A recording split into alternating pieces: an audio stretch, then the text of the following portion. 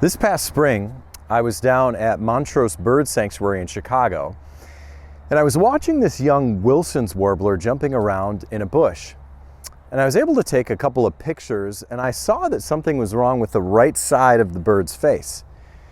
And when I zoomed in on my pictures, I figured out what was going on. A large tick had attached itself to this tiny little bird. And in that moment, I felt three things. First, I felt disgust. I hate ticks, and seeing one attached to this fragile little bird was disturbing. Second, I was sad that this bird was bearing such a painful burden. And finally, I was angry that some creatures live by sucking the life out of other creatures. See, this isn't the way it's supposed to be. And I just wish that this little warbler would trust me enough to come close and let me remove his evil burden. You see, our world is filled with many things that seek to rob us of life. And they often look good to us at first. The wrong choices we make start out small, but over time, our sin slowly drains us until we are only an empty shell.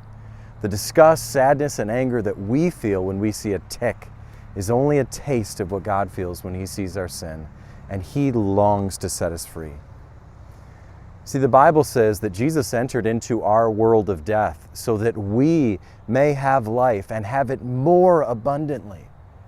Because of His perfection, Jesus was the only one who could solve our sin problem. He faced down the life-sucking forces of evil and defeated them through His death and resurrection. He emptied Himself so that we might receive His life. And all of us must choose how we respond to Jesus' sacrifice. Are we brave enough to face the embarrassment and fear that we experience when our sin is exposed? Will we trust Him and let Him get close enough to solve our problem? Well, my name is Enoch, and there's something for you to think about today.